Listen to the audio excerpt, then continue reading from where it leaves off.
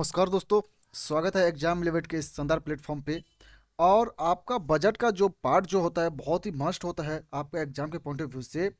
उसी को ध्यान में रखते हुए आज की जो क्लासेस हमारी है वो यूनियन बजट जो है आपका उसके ऊपर है, जहाँ से कि आपके एग्जाम में बिहार दरोगा के एग्जाम में हर एक साल 2 से 3 क्वेश्चन पूछे जा रहे हैं। साथ ही साथ में इकोनॉमी सर्वे भी यहाँ पे मेंशन कर दिया हूँ, जिससे कि अगर आपका 5 क्वेश्चन यहाँ से आता है, 5 क्वेश्चन, वो पूरे 5 क्वेश्चन यहाँ से कंप्लीट हो सके, उसी के साथ में हम क्लास स्टार्ट कर रहे हैं।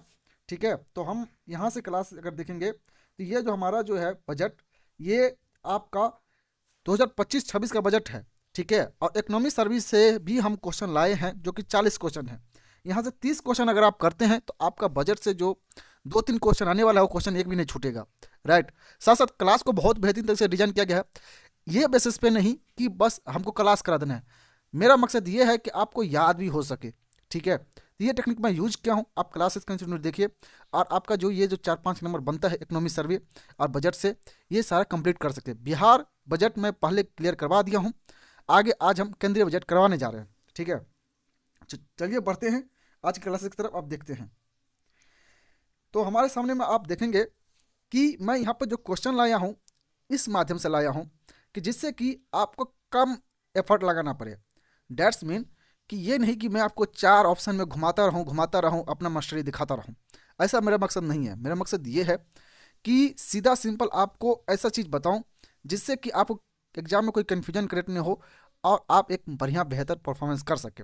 तो इसी क्रम में हम बात करते हैं कि बजट के बारे में हम लोग जो बात करने जा रहे हैं, तो इसकी प्रोविजंस क्या है, इससे रिलेटेड क्या फैक्ट है, क्या प्रोविजंस है। तो आप देखेंगे कि अगर इंडियन पॉलिटी आप पढ़ते हैं तो आर्टिकल 112 जो है वहाँ पे बजट से रिलेटेड कुछ बातें कही गई है। लेकिन दोस्तों यहाँ पे बात यह है कि इसको बजट नहीं कहता है, इंडियन कॉन्स्टिट्यूशन में कहीं बजट मेंशन नहीं है। इसको बोला जाता है वार्षिक वित्तीय विवरण, यानी फाइनेंशियल फाइनेंशियल जो स्टेटमेंट होता है उसके लेके। तो इसका नाम जो है वार्षिक वित्तीय वितरण के रूप में परिभाषित किया जाता है। और ये कितने अनुच्छेद में पड़ता है आपका, 112 में। ठीक है, तो ये आपका बजट से रिलेटेड फैक्ट है, तो इसीलिए हम इसे भी कवर कर रहे हैं। राइट, नेक्स्ट हम देखते हैं यहाँ पे। हम इसी तरीके से आज पूरे 70 क्वेश्चन लाए हैं। आपका बजट इकोनॉमी सर्विस से एक भी क्वेश्चन नहीं छूटने वाला है। आप आराम से कंटिन्यू वॉच करें, आपको बहुत मजा आने वाला है। ठीक है, और आप लोग एक पेन कॉपी लेके बैठ जाएं ताकि यहाँ पे जो भी चीज़ मैं बता रहा हूँ आप उसे नोट करते जाएंगे तो आपको बहुत ज़्यादा फायदा होगा। ठीक है, अब तो ये टाइम नहीं है कि अब आप बाद में करेंगे। तो जो चीज़ आप वॉच कर रहे हैं उसको कंप्लीट वॉच करें और जो चीज़ें बता रहा हूँ उसको आप नोट करते जाइए। ठीक है, तो इसी बजट के क्रम में देखेंगे कि इसका जो इस साल का जो थीम था, थीम क्या था, बजट का इस साल का थीम क्या था। तो थीम देखेंगे, इसका नाम था सबका विकास। क्या थीम है, सबका विकास।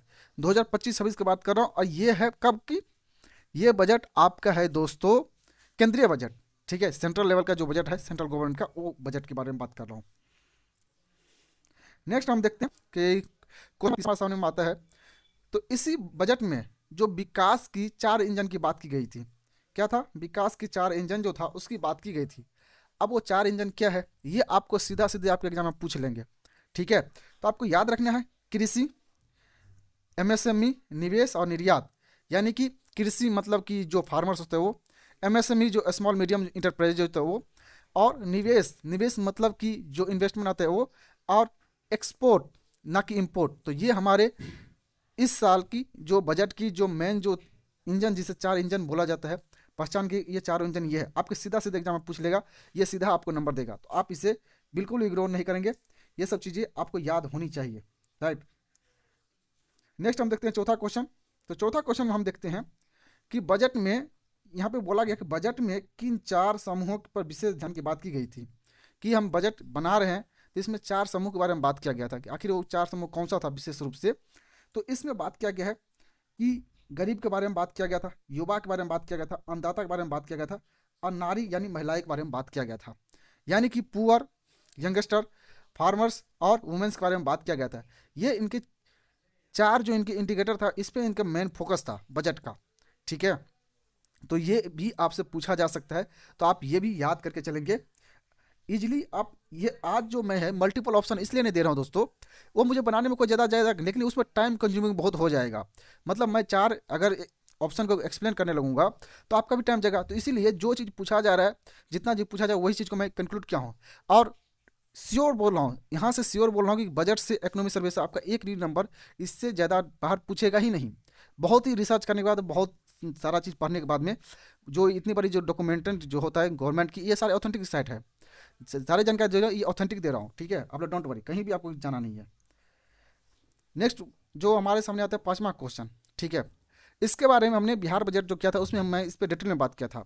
तो यहाँ पे एक बिहार में बात किया गया, बिहार में मखाना उत्पादन के लिए इस बार बजट में उसको बढ़ावा देने के लिए उसके लिए एक बोर्ड की स्थापना करने की बात की गई थी, ठीक है।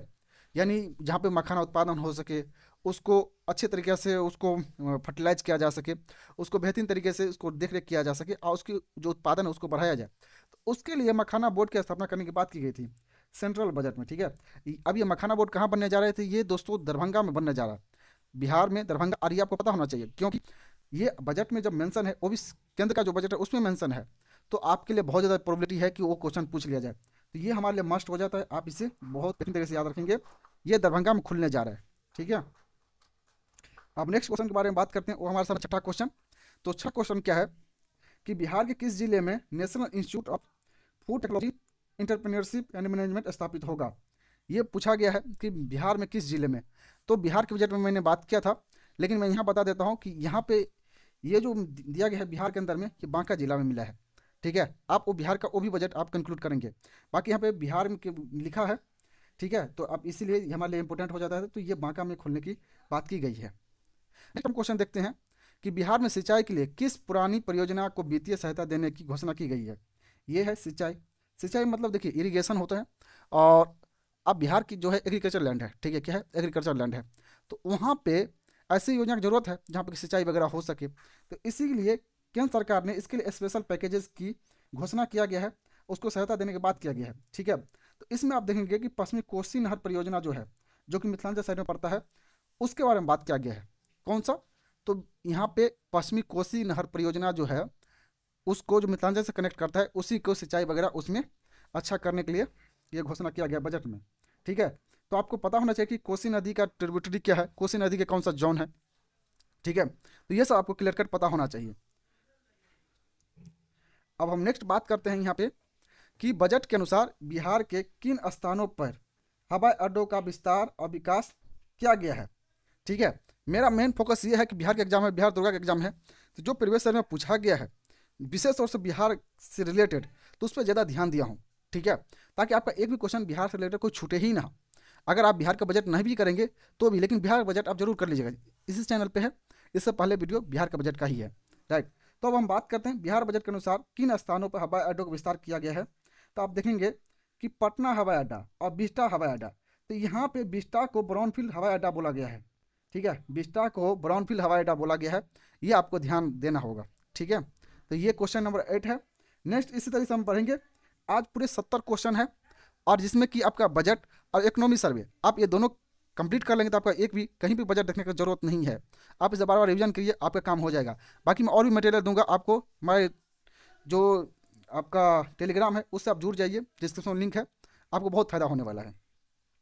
चलिए अब हम नेक्स्ट बात करते हैं कि कुछ नई टैक्स रिजीम दिया गया है, यानी कि आप अगर इतनी तक अर्निंग करते हैं तो आपको टैक्स नहीं देना पड़ेगा, तो इसकी कुछ लिमिटेज जो बढ़ाई गई है। तो इसमें न्यू टैक्स रिजीम देखने हमें मिलता है कि इसके तहत कितनी आयकर नहीं देना पड़ेगा, जो इनकम टैक्स होता है वो नहीं देना पड़ेगा। तो दोस्तों इसे बढ़ा दिया गया है, पहले 7 लाख था, अब इसे 12 लाख कर दिया गया है। तो 12 लाख रुपये तक आपकी अर्निंग होती है तो आपको कोई इनकम टैक्स पे नहीं करना पड़ेगा, ठीक है। अब हम नेक्स्ट बात करते हैं, हमारे सामने भाई 10वां क्वेश्चन। 10वां क्वेश्चन में आप देखेंगे कि वेतनभोगी करदाताओं के लिए मानक कटौती स्टैंडर्ड डेविएशन बढ़ा के कितना कर दिया गया है, ठीक है, वेतनभोगी के लिए, ठीक है। वेतनभोगी के लिए जो मतलब जो सैलरीज है, सैलरी जैसे ऑफिसर वगैरह जो होता है, तो उसकी जो एक मानक जो होता है ना, कि उसको बढ़ा दिया गया, यानी 75,000 रुपये से 75,000 रुपये तक अगर आपकी मानदेय है, मतलब आपको वेतन मिल रहा है 75,000 रुपये तक, तो आपको टैक्स वगैरह नहीं भरना पड़ेगा, ठीक है। तो ये चीज़ें आपको यहाँ पे मेंशन किया गया है बजट के अंदर में। नेक्स्ट हम बात करते हैं किराए पर टीडीएस की सीमा कितना है। किराए पर टीडीएस की सीमा कितनी है, उसे 2.4 लाख से बढ़ाकर कर दिया है 6 लाख कर दिया गया है। ये किराए वाला जो रेंट वाला होता है उसका टीडीएस, क्योंकि टीडीएस भी पे करना होता है, जैसे इनकम टैक्स हो गया, टीडीएस हो गया, जीएसटी हो गया। तो मैक्सिमम लोग तो जीएसटी पे करते हैं, उससे कुछ लोग आगे जाते हैं तो इनकम टैक्स भरते हैं। आप इकोनॉमिक्स क्लास के हो तो आपको पता होगा। उसके बाद टीडीएस होता है, ठीक है। तो टीडीएस बढ़ा दिया है, इसे 2.4 लाख से लेकर के 6 लाख कर दिया गया। आइए सीधा सीधा क्वेश्चन आपसे पूछ लेगा, आप ये मत सोचिएगा कि ये क्वेश्चन नहीं पूछेगा, ये पूछेगा, क्योंकि अगर आप प्रीवियस ईयर का क्वेश्चन देखेंगे तो वहाँ पे इसी टाइप का क्वेश्चन पूछा गया है, ये खास करके पॉइंट वाला एक सवाल, राइट। तो ये आप ये सब सीधे सीधे मेमोराइज करते जाएंगे, आपका कुछ नहीं मतलब बढ़िया रह जाएगा, ठीक है ना। इसीलिए इस टाइप का पॉइंट जो है उसे कवर करने की कोशिश किया हूँ। चलिए नेक्स्ट क्वेश्चन हम देखते हैं। यहाँ पे 12 नंबर की क्वेश्चन है, वो है कि अपडेटेड टैक्स रिटर्न दाखिल करने की समय सीमा क्या है। अपडेटेड टैक्स रिटर्न दाखिल करने की समय सीमा 2 वर्ष से बढ़ा के कितना कर दिया गया, उसे 2 वर्ष से बढ़ाकर 4 वर्ष कर दिया गया है। यानी कि ये जो रिटर्न्स जो आप फाइल करते हैं ना, उसके बारे में बात किया गया है। टीडीएस का ही एक रिटर्न फाइल भी होता है, ठीक है, जब आप बहुत अपडेटेड रहेंगे तब। लेकिन ये सब सीमा, तो ये जो है ना, ये बाय द वे ही पूछेगा, उतना इंपॉर्टेंट है नहीं। नेक्स्ट नेक्स्ट क्वेश्चन हम देखते हैं यहाँ पे कि हमें देखने को मिलता है कि बीमा क्षेत्र में, ये मोस्ट इंपॉर्टेंट है, आप इसे याद करेंगे, ठीक है। इंश्योरेंस सेक्टर जो है उसमें पहले 70% तक एफडीआई था, फॉरेन डायरेक्ट इन्वेस्टमेंट जो बोलते हैं, ठीक है। एफडीआई जो था 74% था, अब इसे कितना कर दिया है, तो दोस्तों अब इसे 100% कर दिया गया है। तो ये हमारे लिए बहुत ज़्यादा इंपॉर्टेंट हो जाता है, क्योंकि यहाँ पर आप 100% एफडीआई यानी कि फॉरेन जो है इसमें इन्वेस्टमेंट कर सकता है, राइट। तो ये 100% कर दिया गया है, तो ये हमारे लिए मस्ट हो जाता है, आप इसे बिल्कुल मेमोराइज करेंगे, जो इंश्योरेंस सेक्टर है, ठीक है। साथ साथ आप देखते हैं 14 नंबर के क्वेश्चन, वो है कि जल जीवन मिशन के तहत क्या जल जीवन मिशन को कब तक विस्तारित किया गया है। यानी जल जीवन जो मिशन चल रहा था उसको एक्सटेंड किया गया है, उसे एक्सटेंड कब तक कर दिया है, 2028 तक ये चलेगा कंटिन्यू। कब तक, 2028 तक, राइट। तो इसे एक्सटेंड किया गया है, बस आपको ये पता होना चाहिए कि ये जल जीवन मिशन था, इसको एक्सटेंड किया गया है यानी विस्तारित किया गया है, अब 2028 तक ये कंटिन्यू रहेगा। नेक्स्ट क्वेश्चन देखते हैं यहाँ पे हम दोस्तों कि 15 नंबर क्वेश्चन आता है कि यहाँ पे बोला गया कि किसान क्रेडिट कार्ड यानी केसीसी के तहत जो 3 लाख पहले जो लोन मिलता था अब उसे कितना बढ़ा दिया है, ठीक है। किसान क्रेडिट कार्ड का जो पहले लिमिट था 3 लाख था, अब उसे कितना कर दिया गया है, तो उसे अब 5 लाख कर दिया गया है। कितना, 5 लाख रुपये, ठीक है। नेक्स्ट क्वेश्चन देखते हैं यहाँ पे हम कि नेक्स्ट क्वेश्चन ये है कि दालों में आत्मनिर्भरता के लिए शुरू किए गए मिशन की अवधि क्या है। यानी दाल यानी पल्स में जिसे बोलते हैं, ठीक है। तो आपको आत्मनिर्भर होना है, तो इसके लिए योजना शुरू किया गया है, तो कितने दिनों के लिए, तो उसके लिए है 6 वर्ष, 6 वर्ष के लिए। और यहाँ पे मोस्ट इंपॉर्टेंट ये है कि आपको ये जो 3 जो दाल दिख रहा है, अरहर, उड़द और मसूर, ये आपको याद करना है, ये आपको याद करना है। 6 वर्ष तो जैसे तैसे है, आप कोई बात नहीं, लेकिन ये 3 जो दाल है, अरहर है, उड़द है और मसूर है, आपको ये याद करना है। ये 3 दाल के बारे में बात किया, इसमें भारत सरकार आत्मनिर्भर होने की बात कही है, ठीक है। तो ये चीज़ें हैं, आपको इसी तरीके देखिए, अभी आप जाएंगे यूट्यूब पे ना, तो बहुत सारे लोग बहुत सारी चीज़ चला रहे हैं, बहुत सारे मतलब कि कोई मैराथन चला रहा है, कोई 500 क्वेश्चन लेकर आ रहा है। लेकिन देखिए सबसे बड़ी बात यह है कि टाइम कम है, और इस टाइम में कितना अपने आप को इफेक्टिव आप यूज कर सकते हो, वो सबसे बड़ी चीज़ें है, वही सबसे बड़ी चुनौती है आज के डेट में, ठीक है। तो टाइम, अपना टाइम सेव कीजिए, वैसे जगह टाइम इन्वेस्ट करें जहाँ पे कि लो लपटा ना हो, क्योंकि आगे मनोरंजन हम आगे भी कर लेंगे, राइट। पहले एग्जाम है, तो यहाँ पे जो चीज़ें पूछा जा रहा है, जितना पूछा जा रहा है हमें उतना ही जानकारी ले ले, अपना एग्जाम सही से कराए, वही बहुत है, राइट। तो देखिए क्वेश्चन नंबर 17 पर आते हैं, तो यहाँ पे बात की गई है कि सूक्ष्म उद्यम जो है, यानी कि दोस्तों यहाँ पे स्मॉल इंटरप्राइजेज जो होता है ना, जिसे एमएसएमई बोलते हैं, ठीक है। तो स्मॉल मतलब क्या बोलते हैं, एसएमई जो होता है, एसएमई यानी स्मॉल इंटरप्राइजेज के बारे में बात कर रहा है। यहाँ पे इसकी जो इन्वेस्टमेंट जो था उसे संशोधित किया गया है, उसे कर दिया है 2.5 करोड़ रुपये। पहले ये 1 करोड़ था, पहले क्या था, 1 करोड़ रुपये था, इसे अब 2.5 करोड़ कर दिया है, ठीक है। तो ये आपके लिए बहुत ज़्यादा ज़रूरी है, क्योंकि बिहार के अंदर में अब स्टार्टअप की बहुत ज़्यादा कल्चर डेवलप होने लगा है, ठीक है। और उससे रिलेटेड यहाँ पे ये क्वेश्चन वगैरह पूछ सकता है आपसे, तो आपको अच्छे से ये चीज़ें पता होना चाहिए। नेक्स्ट क्वेश्चन यहाँ पे दोस्तों देखते हैं, तो हमें देखने के लिए मिलता है कि एमएसएमई के लिए गारंटी कवर 5 करोड़ से बढ़ा कर उसे कितना कर दिया गया है, एमएसएमई, ठीक है। तो यहाँ पे जो गारंटी कवर होता था, एमएसएमई को लोन दिया जाता था, ठीक है, तो उसी को एक्सटेंड कर दिया गया है, तो कितना कर दिया कि इसे 10 करोड़ कर दिया गया है। तो ये सब जो पॉइंट जो है आपका सीधे सीधे एग्जाम में पूछ लिया जाता है, तो आप इसे हल्के में नहीं लेंगे। क्या नहीं लेंगे? हल्के में बिल्कुल नहीं लेंगे। ये जो पॉइंट है सीधा सीधा आपके दुर्गा एग्जाम में पूछता है, तो आप सीधा, बस आपको कहीं नहीं रिले करना है। ये जो कंटेंट मैं आपको प्रोवाइड भी कर दूंगा, नहीं तो आप लिखते चलिए। ये सीधा सीधी इतनी छोटे छोटे पॉइंट आप सीधा लिख लेंगे, राइट। अब हम नेक्स्ट बात करते हैं यहाँ पे कि अगले 5 वर्षों में अटल टिंकरिंग जो लैब जो है, अटल टिंकरिंग लैब कितने स्थापित किए जाएंगे? तो इसकी भी टारगेट है, ये 50,000 स्थापित किया जाएगा। कितना? 50,000। ओके, तो क्वेश्चन नंबर 19 में ये जो अटल टिंकरिंग लैब जो होता है, यहाँ पे रिसर्च वगैरह किए जाते हैं, ठीक है। जैसे कि बहुत सारे जो कंसर्न जो है उससे रिलेटेड इसमें रिसर्च किए जाते हैं, और यही लैब यहाँ डेवलप किया जाएगा, जो कि 50,000 का समथिंग यहाँ पे लैब डेवलप करने की बात की गई है। अब हम नेक्स्ट क्वेश्चन की तरफ बढ़ते हैं और देखते हैं कि क्वेश्चन नंबर 20 में हम देखते हैं कि भारत का लक्ष्य 2047 तक भारत का जो लक्ष्य है परमाणु ऊर्जा में क्षमता विकसित करना है। इसमें 1 गीगावाट होता है कि 2047 तक भारत का कितना परमाणु ऊर्जा का लक्ष्य है, जो कि इसे मिल जाए तो ये भारत के लिए हो जाएगा। तो इसके लिए एटलीस्ट कम से कम 100 गीगावाट का कैपेसिटी होना चाहिए इंडिया के पास में। कितना? 100 गीगावाट का, राइट। तो ये परमाणु ऊर्जा का लक्ष्य है 2047 तक। आपको पता ही होगा कि जो डेवलप इंडिया की जो भी टारगेट जो गोल जो है वो भी 2047 तक ही है। तो इस तरीके का क्वेश्चन सीधा सीधे पूछता है, और सबसे बड़ी बात यह है कि ये बजट में मेंशन है, तो इसीलिए हमारे लिए मस्ट हो जाता है, राइट। नेक्स्ट क्वेश्चन की तरफ बढ़ते हैं और देखते हैं। तो यहाँ पे एक योजना जो है पीएम स्वनिधि, क्या पीएम स्वनिधि जो है उसके तहत क्रेडिट कार्ड की सीमा क्या है? पीएम स्वनिधि योजना के तहत क्रेडिट कार्ड की सीमा क्या है, उसके बारे में पूछा गया है। तो इसका है 30,000 रुपये। 30,000 रुपये इसका सीमा रखा गया है। नेक्स्ट 22 नंबर के क्वेश्चन से हमारे सामने में देखने के लिए मिलता है कि गीग वर्कर्स के लिए सामाजिक सुरक्षा हेतु किस पोर्टल पर पंजीकरण अनिवार्य है? गीग वर्कर्स के लिए सामाजिक सुरक्षा हेतु किस पोर्टल पर पंजीकरण अनिवार्य कर दिया गया है? तो इसे ई श्रम पोर्टल पे। गीग वर्कर्स मतलब यही दोस्तों, आप देखते होंगे जैसे कि जोमेटो हो गया, जेप्टो हो गया, और भी बहुत सारे प्लेटफॉर्म, ब्लिंकिट हो गया, तो ये सब प्लेटफॉर्म आप देखते होंगे। तो इसमें जो लोग काम करते हैं ना, ये एज ए फ्रीलांसर काम करते हैं। लेकिन फ्रीलांसर के जो पहले जॉब जो था वो मैक्सिमम जो था ऑनलाइन होता था, लेकिन ये काम जो है ये बहुत प्रेशरफुल काम है, क्योंकि यहाँ पे क्विक डिलीवरी करना होता है। 10 मिनट के अंदर में आपको सामान डिलीवरी करना है। अब वो सामान लेगा, फिर ट्रैफिक रहेगा, कहाँ कहाँ जाएगा, तो ये बहुत स्ट्रेसफुल जॉब है। इसी के लिए जो वर्कर्स जो हैं उसको ध्यान में रखते हुए ई श्रम पोर्टल बनाया गया, उसको रजिस्टर करना उसको मैंडेटरी कर दिया गया है, ताकि उनकी सामाजिक सुरक्षा जो होता है वो सब चीज़ें मिल सके। नेक्स्ट हम 23 नंबर क्वेश्चन देखते हैं।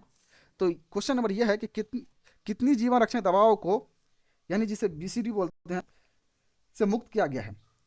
इसमें जो जीवन रक्षक जो दवाएं जो होते हैं, जैसे कि कैंसर का इलाज हो गया, बहुत सारे ऐसे जो रोग है जिसका कि इलाज नहीं है, ठीक है, तो उस सब दवाओं को एग्जम्प्ट किया गया है कि उनको टैक्स नहीं भरना पड़ेगा, जिसको कि बीसीडी बोलते हैं, ठीक है। तो इसमें 36 दवाएं हैं। तो आपको 36 दवाएं के नाम तो नहीं पूछेगा, लेकिन कितनी दवाएं हैं वो आपसे पूछ सकता है, ठीक है, क्योंकि 36 कौन याद रखेगा? कोई नहीं याद रखेगा, और याद होगा भी नहीं। तो 36 दवाएं हैं उस जिसको एग्जम्प्ट किया है, आपको ये पता होना चाहिए।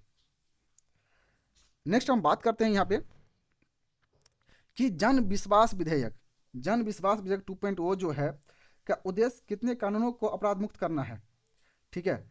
ये जन विश्वास विधेयक जो था, इसमें बहुत सारे जो क्राइम जो था उसको अपराध मुक्त किया, इसमें 100 से अधिक, ठीक है, 100 से अधिक। तो ये 100 से अधिक इसको भी किया गया है, ये बजट में मेंशन चीज़ें हैं। नेक्स्ट हम बात करते हैं यहाँ पे कि समुद्री बुनियादी ढांचे विकास हेतु फंड की रचना होगी, ठीक है, जिसके लिए 25,000 करोड़ रुपया दिया जाएगा, ठीक है। ये मेरी टाइम डेवलपमेंट फंड होगा, तो उसके लिए 25,000 करोड़ दिए जाएंगे, बजट में इसकी भी प्रावधान की गई है। नेक्स्ट हम देखते हैं 26 नंबर क्वेश्चन, वो है कि शिक्षा के क्षेत्र के लिए आवंटन कितना किया गया है? एजुकेशन पे, ठीक है, एजुकेशन पे कितना आवंटन किया गया है? तो ये किया गया है 1,28,650 करोड़ रुपये। कितना? 1,28,650 करोड़ रुपये इस बार एजुकेशन पे दिया गया है, राइट। इतना फंड मिला है एजुकेशन डिपार्टमेंट को। ये केंद्र बजट की बात कर रहा हूँ, सेंट्रल बजट में। उसी के साथ में रक्षा बजट के लिए कितनी राशि आवंटित की गई है, ये भी हमारे लिए जरूरी है, क्योंकि एजुकेशन, डिफेंस, ये सब हमारे एग्जाम के पार्ट होते हैं, ये सब हमें पता होना चाहिए।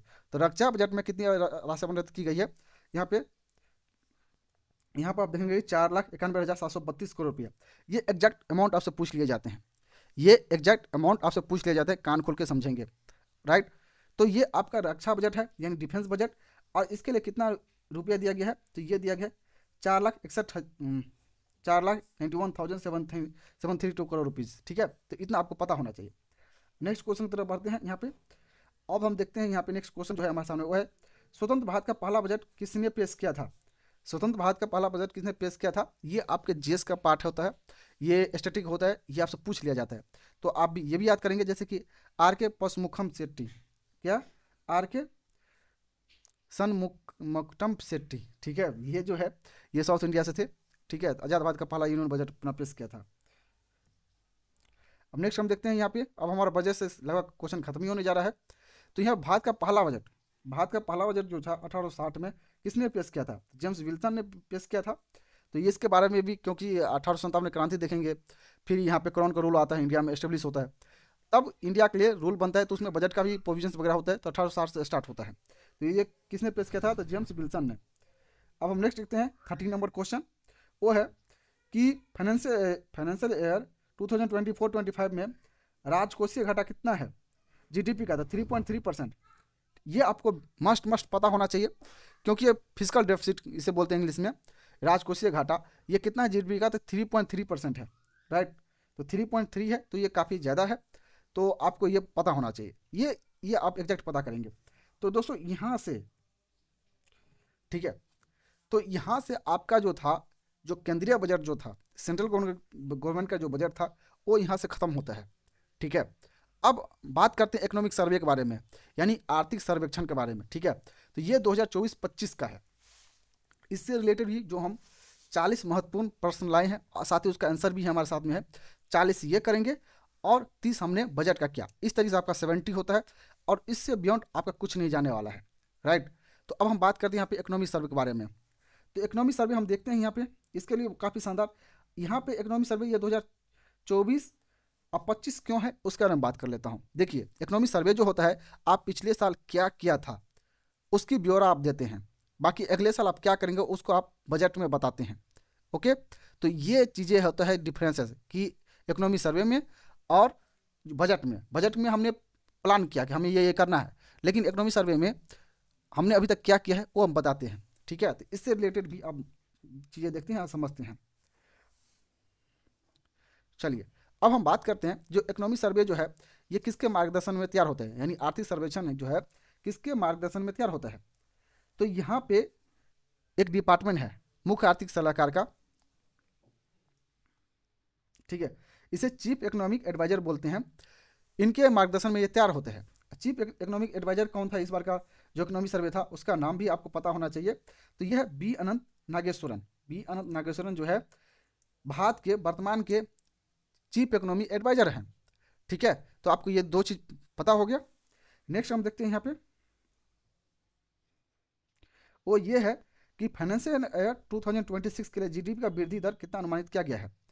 यानी आपको अगर इकोनॉमिक सर्वे से पूछ लिया जाता है कि कितना अनुमान किया गया कि जीडीपी बढ़ेगा कब, तो फाइनेंशियल ईयर 2026 में, तो यहाँ पर देखेंगे 6.3 से लेकर 6.8 तक काफ़ी है, ठीक है। अगर इस तरीके से ग्रो करे तो काफ़ी बढ़िया डेवलप करेगा, और इसी तरीके से ग्रो करेगा तभी इंडिया जो है 1947 में डेवलप नेशन में उसका नाम आएगा, ठीक है। चलिए, अब हम देखते हैं यहाँ पे कि फाइनेंशियल ईयर जो है उसे जीडीपी वृद्धि कितना है, यानी ग्रॉस वैल्यू एडेड जो होता है वो कितना है। तो ये 6.4% की आंकड़ा देखने को हमें मिलता है कि 6.4% तक हो सकता है।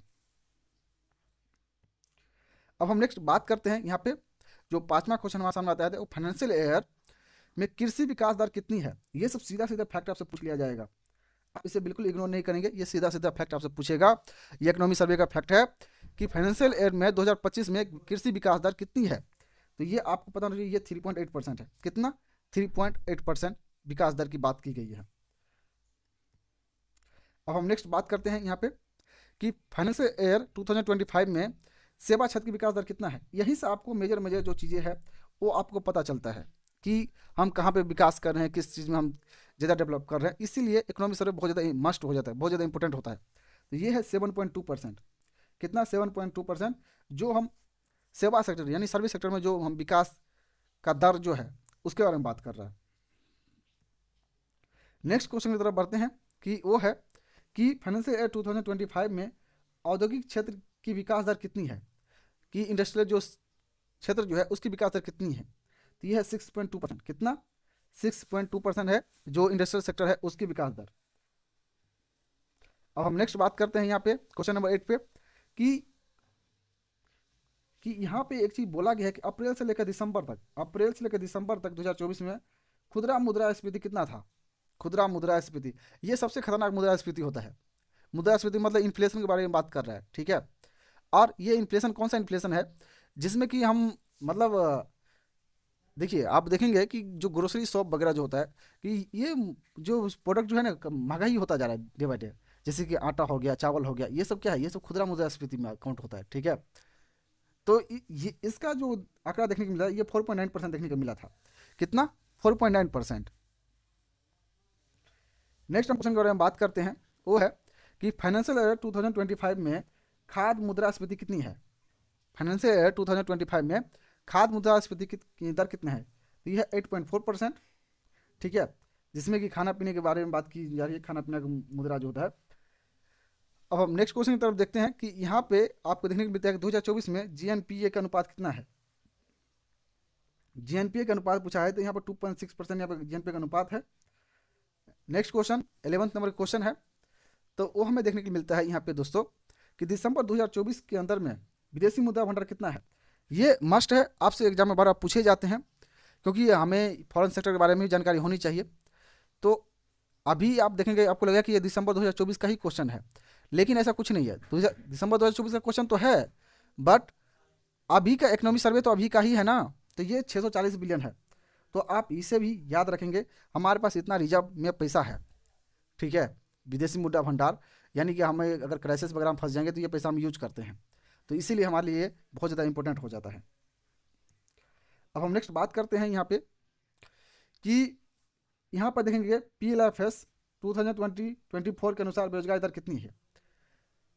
दोस्तों इससे न क्वेश्चन आपका बीपीएससी एग्जाम में पूछा गया था इसी बार 71 में। ये जो इसका PLFS का मतलब होता है पीरियोडिक लेबर फोर्स सेक्टर, ठीक है। ये पीरियोडिक लेबर फोर्स सेक्टर जो है इसके अनुसार, नहीं सेक्टर नहीं, ये सर्वे होता है, periodic labour force survey.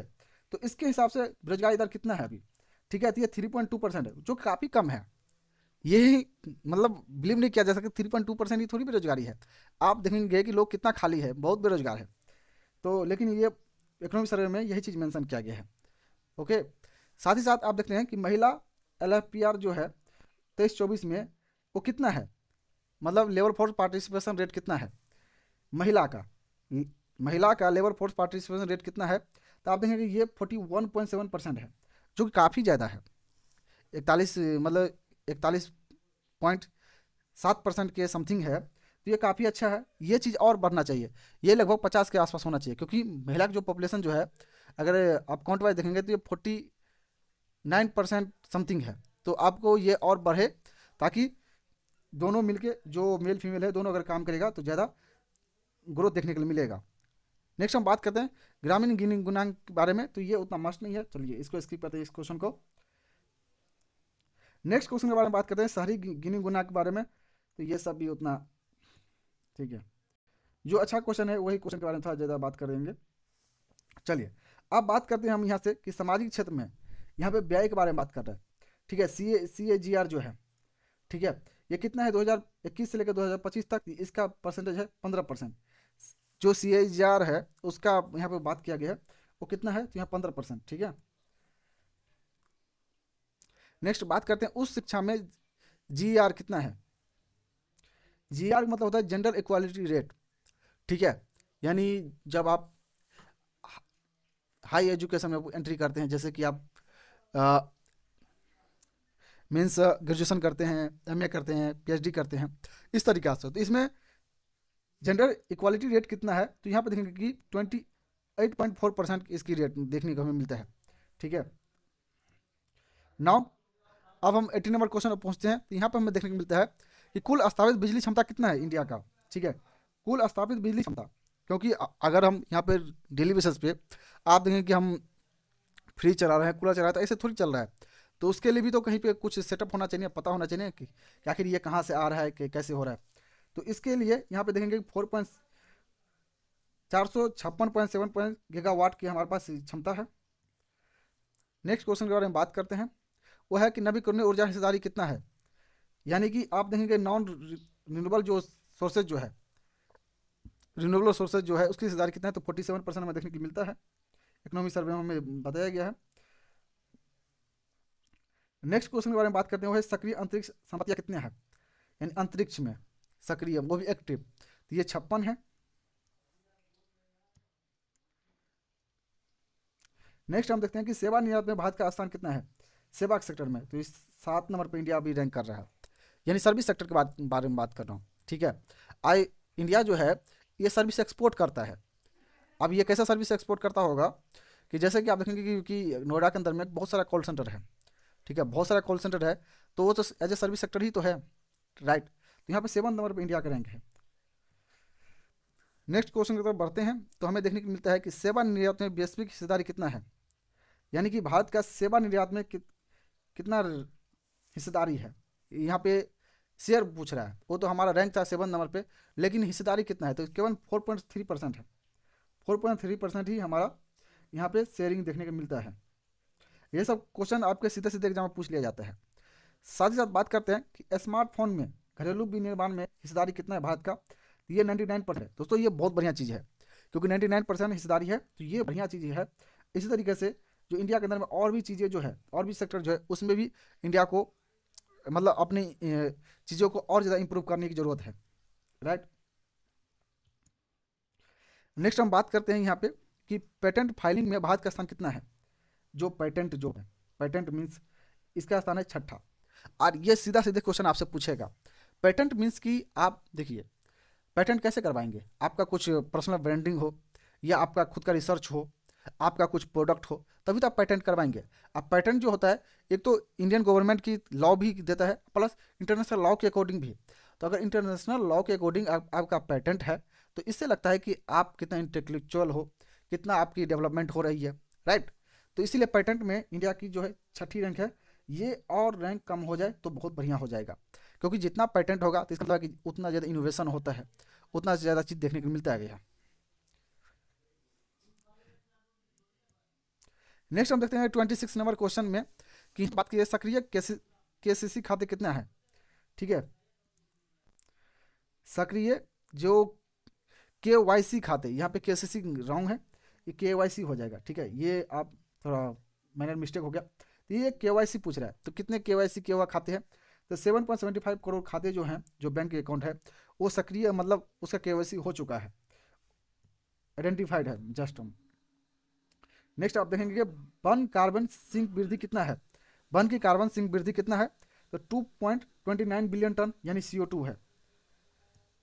Next हमें देखने को मिलता है यहाँ पे कि क्वेश्चन नंबर 28 में देखेंगे कि फाइनेंशियल ईयर 2025 में CAD कितना है, फाइनेंशियल ईयर 2025 में CAD कितना है, तो GDP का 1.2% है। ठीक है, ये CAD क्या है, इसके बारे में ज़्यादा गूगल मत कीजिएगा, आप सीधे ऐसे या गूगल करना है तो कर लीजिएगा। ठीक है, ये आप ऐसे ही देख लीजिएगा कि ये CAD होता है। नेक्स्ट हम देखते हैं कि दवा उद्योग में भारत का स्थान कितना है। दवा उद्योग में ये दोस्तों बहुत बढ़िया है, ये तीसरा स्थान है भारत का, यानी मेडिसिन के सेक्टर जो है, मेडिसिन इंडस्ट्री जो है, उसमें हमें देखने को मिलता है कि भारत का तीसरा स्थान है। आप देखेंगे बहुत सारे जो बड़े बड़े कंपनी जो है, जैसे भारत टेक हो गया, उसके बाद में आप देखेंगे जो कोविड का मेडिसिन बनाया था, तो ये सब जो कंपनी जो है भारत का ही कंपनी है। ठीक है, आज का तीसरा स्थान है। नेक्स्ट हम बात करते हैं यहाँ पे कि ओडिया प्लस गांव कहाँ है, ओडिया प्लस गांव भारत में कितना है। ठीक है, तो ये 3.64 लाख हमें देखने को मिलता है ओडिया प्लस गांव। ठीक है, नेक्स्ट हम समझते हैं यहाँ पे क्वेश्चन नंबर 31, और 5 मिनट की क्लासेस है, फिर हम क्लासेस खत्म कर लेंगे और आपका यहाँ से 70 जो क्वेश्चन हो वो डन हो जाएगा। फिर आपको कहीं भी बजट इकोनॉमी सर्वे पढ़ने की कोई जरूरत नहीं है। अब बात करते हैं सड़क नेटवर्क की लंबाई कितना है। तो बिहार दरोगा एग्जाम में आपसे पूछ लिया जाता है, लेकिन ये चीज़ें जो है ये सेंट्रल लेवल पे है, तो ये आपका सेंट्रल से नहीं पूछेगा, ये बिहार बजट से पूछेगा। तो आप वो वीडियो कंप्लीट वॉच करेंगे, आपको पता चल जाएगा। तो ये है इंडिया का 63.4 लाख किलोमीटर। ओके, लेकिन ये बजट में मेंशन था तो इकोनॉमी सर्वे में, तो मैंने यहाँ पे ऐड कर दिया हूँ। नेक्स्ट हम बात करते हैं जीडीपी में कृषि योगदान कितना है। जीडीपी में जो कृषि का कितना योगदान है, ये 16% है। कितना? 16%। नेक्स्ट हम क्वेश्चन देखते हैं यहाँ पे, कि हमें देखने को मिलता है कि जीडीपी में सेवा क्षेत्र का योगदान कितना है। जीवीए में जो सेवा क्षेत्र है उसका योगदान कितना है, तो हमें देखने को मिलता है कि इसका योगदान जो है 55% है। कितना? 55.3%। राइट।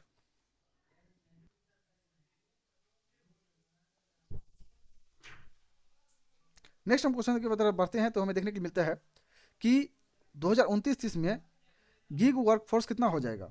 देखिए गीग वर्कफोर्स कितना हो जाएगा, ये गीग वर्क काफ़ी बढ़ रहा है, ये 23.5 करोड़ हो जाएगा। क्योंकि जो जो सर्विसेज जो है, एक जो था फेमस था ई कॉमर्स, ठीक है, लेकिन अब जो आया ई कॉमर्स में क्या, आपको 3-4 दिन में डिलीवरी देता था, जैसे अमेजोन देखेंगे तो ये सब 3-4 दिन में, एक सप्ताह लग जाता है।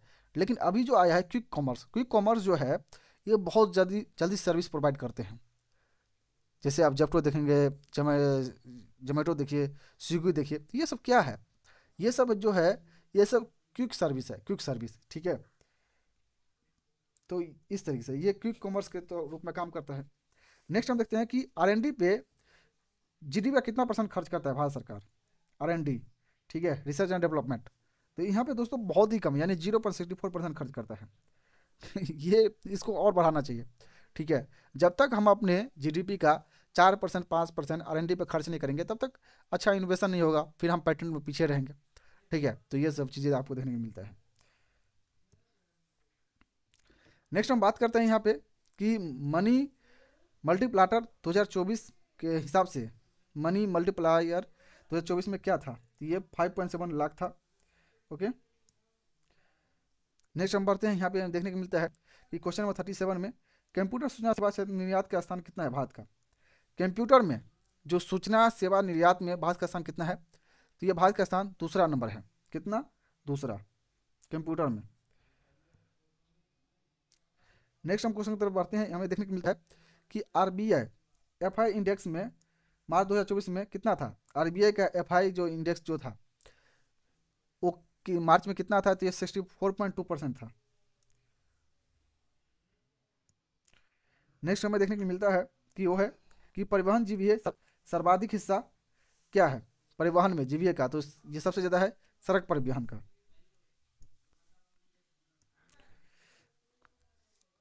नेक्स्ट अब देखते हैं कि आर्थिक सर्वेक्षण जो था पहली बार कब पेश हुआ था। आर्थिक सर्वेक्षण जो था पहली बार कब पेश हुआ था, ये दोस्तों सबसे पहले हुआ था 1950-51 के समक्ष में, ठीक है। तो 1950-51 के समक्ष ये पेश हुआ था। तो यहाँ से इस तरीके से आप देखेंगे कि आपका ना, आपको मैं दिखा देता हूँ, देखिए यहाँ पे पूरे 70 क्वेश्चन हम लोगों ने किया होगा अभी।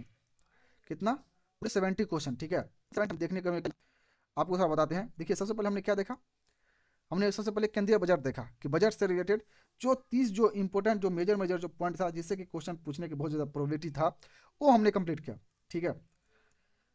नेक्स्ट हमने यहाँ से 30 क्वेश्चन करने के बाद में मैं कहाँ पे पहुँचा, हमने देखा आर्थिक सर्वे। क्या देखा हमने? आर्थिक सर्वे देखा। आर्थिक सर्वे से हमने पूरे 40 क्वेश्चन किया हूँ, 40 क्वेश्चन, जो कि बहुत ज़्यादा प्रोबेबल चांस है कि वो आपसे पूछेगा एग्जाम में, ठीक है। तो इस तरीके से आपका कितना हो जाता है 30 और 40 का अगर हम कंप्लीट करते हैं तो हमारा 30-40 कंप्लीट होने पे हमारा होता है 70। तो हमारे यहाँ से ऑलमोस्ट 70 क्वेश्चन यहाँ पे हमारा डन होता है। तो इस तरीके से आपका अब जो बिहार दुर्गा की जो अपकमिंग जो एग्जाम है उसमें इससे बियॉन्ड कोई क्वेश्चन पूछेगा नहीं, आपका 70 क्वेश्चन हो जाए, ठीक है। तो इस तरीके से आपका आज का क्लास इसी एंड होता है, और नेक्स्ट क्लास हम फिर मिलेंगे इसी टाइम पे, सेम टाइम पे। आप लोग कंटिन्यू जुड़े रहे और अपने एग्जाम को प्रिपरेशन करते हैं। तो all the best, take care.